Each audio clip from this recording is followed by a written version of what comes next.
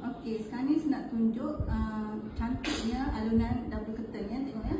Saya tarik dia kan. Okey ya, dia tarik. Okay, alunan ni tak sekata, nampak? Okey, gelembung-gelembung ni tak sekata. Nampak? Okey, dari atas ke bawah. So bila kita pakai langsing macam ni, dia nampak mewah lah. Dan tengok bahagian tepi tu, tengok tepi ni. Okey, kita cover dari sampai ke hujung railing belakang tu.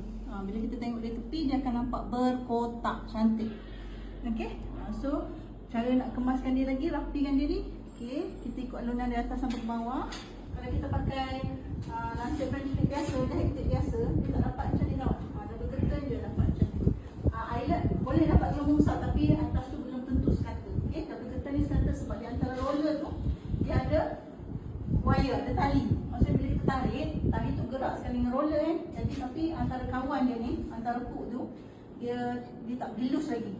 Okay, so dia pegang antara satu sama lain. Sebab tu dia dapat gelembung-gelembung cantik macam ni ya. So nak rumah mewah, pakailah W curtain. Sebab setiap alunan dia tersusun rapi dari atas sampai ke bawah.